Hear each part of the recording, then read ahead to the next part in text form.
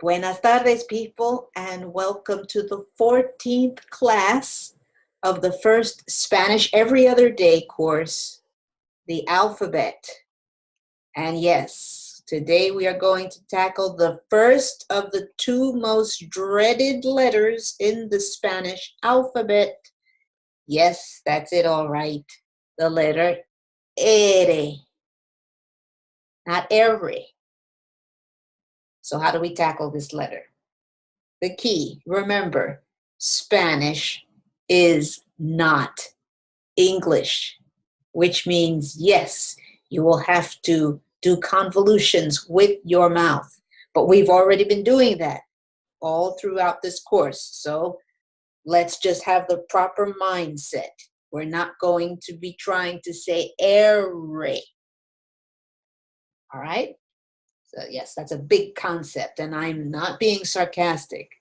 If we want to get this letter as close to Spanish as possible, then we have to think Spanish is not English. I'm going to have to work on this.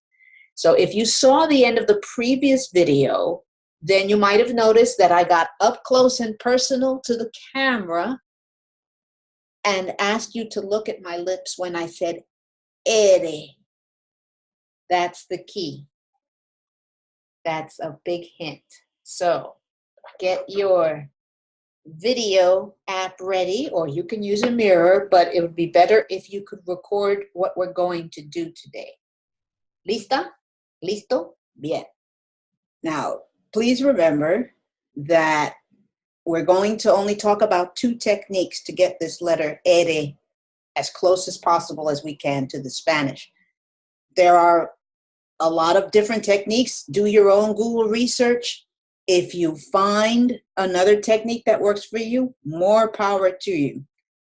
But let's try these. Hopefully, they will at least get you thinking that, yes, this letter can be conquered. It's going to take a while to do, but with steady progress, and you'll be able to hear your progress, you'll be able to see your progress, you will conquer this letter. At least you won't be doing ere anymore. So let's get started. So activate your video app, okay? Let me do the same. So we're on the camera. We have the video app going. Now I want you to say this letter 5 times, slowly. All right, so here we go. Oops. Didn't turn the camera around. There we go. Now put it up close so that the screen, your video screen, sees your mouth. Not concerned about your head so much, your eyes, it's the mouth we need to look at. All right, so 5 times. Ere, ere, ere, ere, ere, ere. Now, look at your recording. What do you see? If you see your lips moving like this, ere, ere, ere, ere, ere, nope. That's not what we want, because that's an English R, and that's not what we want. We need to avoid that. As in Spanish, when we say R, when we say ere, how do we say it? Do you see my lips move as much?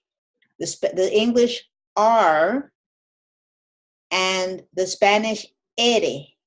If I adapt an English way of speaking to the Spanish ere, I'm going to get ere. But if it's the Spanish way, then it's ere. Ere. It's possible to do without moving your lips. So first of all, let's see if we can stop moving the lips so much. As I mentioned before, Google search led me to 2 interesting techniques. So let's talk about them. Let's say the English word ladder, ladder. I'm not concentrating on that last R. We're going to concentrate on the English letters D, D in between. Now notice when I say ladder, I'm not saying ladder, which is a very heavy D sound. I say ladder. Can you feel what your tongue is doing inside of your mouth? It's not really touching anything. It's not splayed on the roof of your mouth. It's not touching teeth so much. Ladder, ladder, ladder. It's touching like behind the upper front teeth. Can you feel it flapping a little bit? Ladder, ladder. Just a little bit of a flap. We're going to slowly change the letter ladder into the Spanish word caro. You're thinking, what? Let's see how we do that. So let's go from ladder to Quatre. Ladder, Quatre. Ladder, Quatre. Very light D sound. Second line, Quatre, cado. Quatre, cado. Try to keep the same light D sound. Quatre, cado. Light, very light D sound. Now let's go to the third one. Caro, caro. It's just the slightest little flap of your tongue. The D sound tends to make your tongue go like this. The R lifts up your tongue just a bit, just at the tip, not the whole tongue. Let's do the third line again. Let's do the whole thing again. Ladder, Quatre. Quatre, cado. Cado, caro. Did you hear a little bit of Spanish ere creeping in there? No? Well, let's try it again. Ladder, Quatre. The light D sound, the light English D sound. That's what we're looking for. Quatre, cado. No, cado is not a word. I just made it up. Sincerely, I just made it up. Cado. Cado, caro. Caro. Caro. Your tongue is not really touching anything. Try not to have your tongue touch anything in your mouth. Caro. Just a little flap. Did you say caro? Did it come out? Did you say it with the light feathery Spanish ere, which is similar to the light feathery English D? When you say, you don't say D. You can say that. What I mean to say is you can say that in English. If you have a heavy D, you need it for some words, but there's also a light feathery D that you can say. And that approaches the Spanish ere because it's light and feathery and has to do with the tongue just giving a flap. So did that work? If it didn't work, let's use the English letter D in another way. Let's use the Spanish words para and cara, but let's put a D on them, an English D, a light feathery English D. So para, cara. Para, cara. Not pada, cada. We don't want it heavy. We're not using the heavy English D. We're using that light feathery one, the same one that we saw in the word ladder. Para, cada. The lightest D possible. Para, cada. Try to say it without your tongue touching the roof of your mouth and try to flap the tongue. flap it just one time. So, para, cada. Then, para, cara. Para, cara.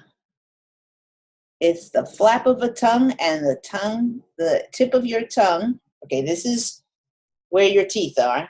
The tip of the tongue is slightly curved up. Cara, cara. Now, no, it's not easy. It's not easy with this letter. It's not easy with its big brother R. It's going to take time, and it's going to take lots of effort, and it's going to take lots of 5-minute sessions, which is an advantage because all you do is work on it for 5 minutes. And then you say, oh, okay, I can't stand it anymore. Let me do something else.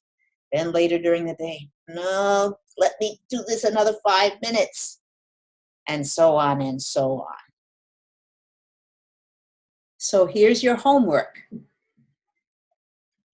Here's a list of words with the double D combination, and you'll find that these words have a very light sounding D sound.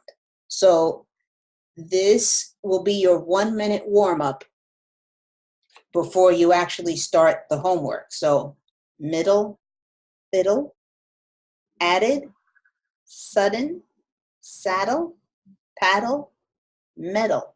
You're trying to say these words with the lightest D sound possible. Yes, and I'm speaking about an English D sound.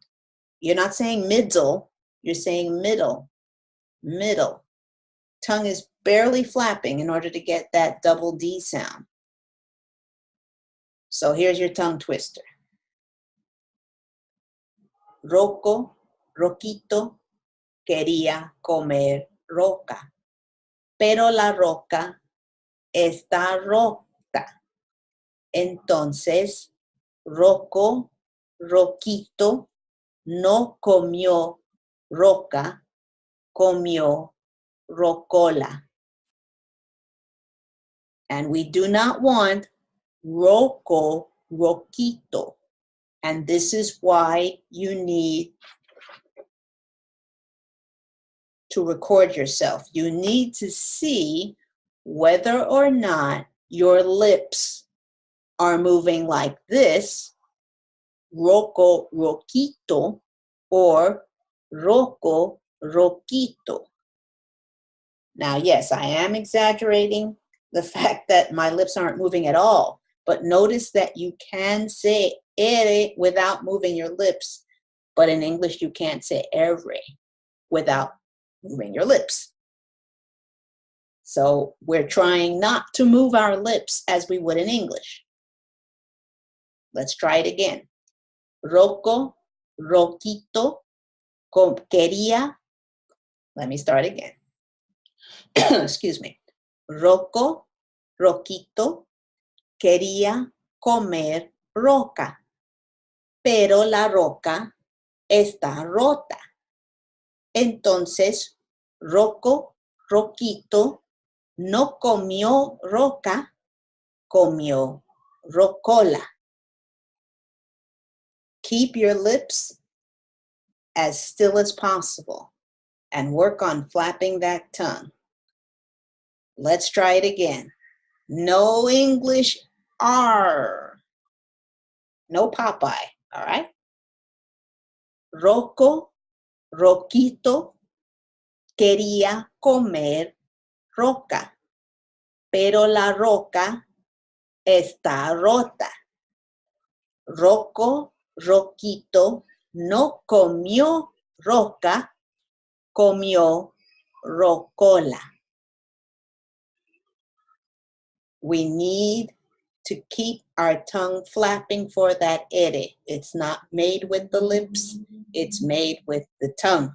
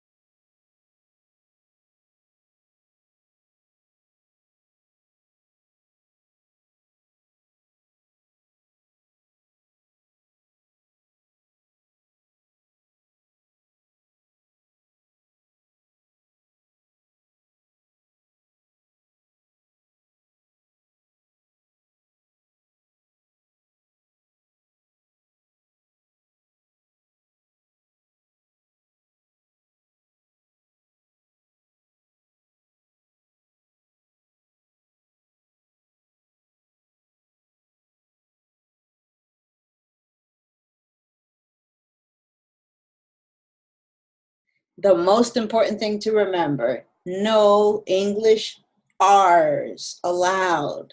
Not at all. Absolutely not. And this is why you need to record yourself.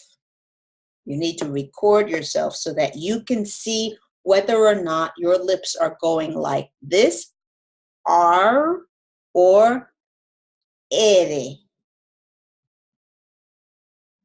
You're also going to need your friendly neighborhood, helpfully critical native Spanish-speaking friends for this one, for this letter and for the next letter, R, because what I'd like you to do is ask them to record the tongue twister for you. Have them say it very slowly so that you can see how their lips move. Imitate what you see once they give you the recording. The improved pronunciation of this letter is going to take not days, but weeks and months. So try to make it a daily part of your Spanish learning routine.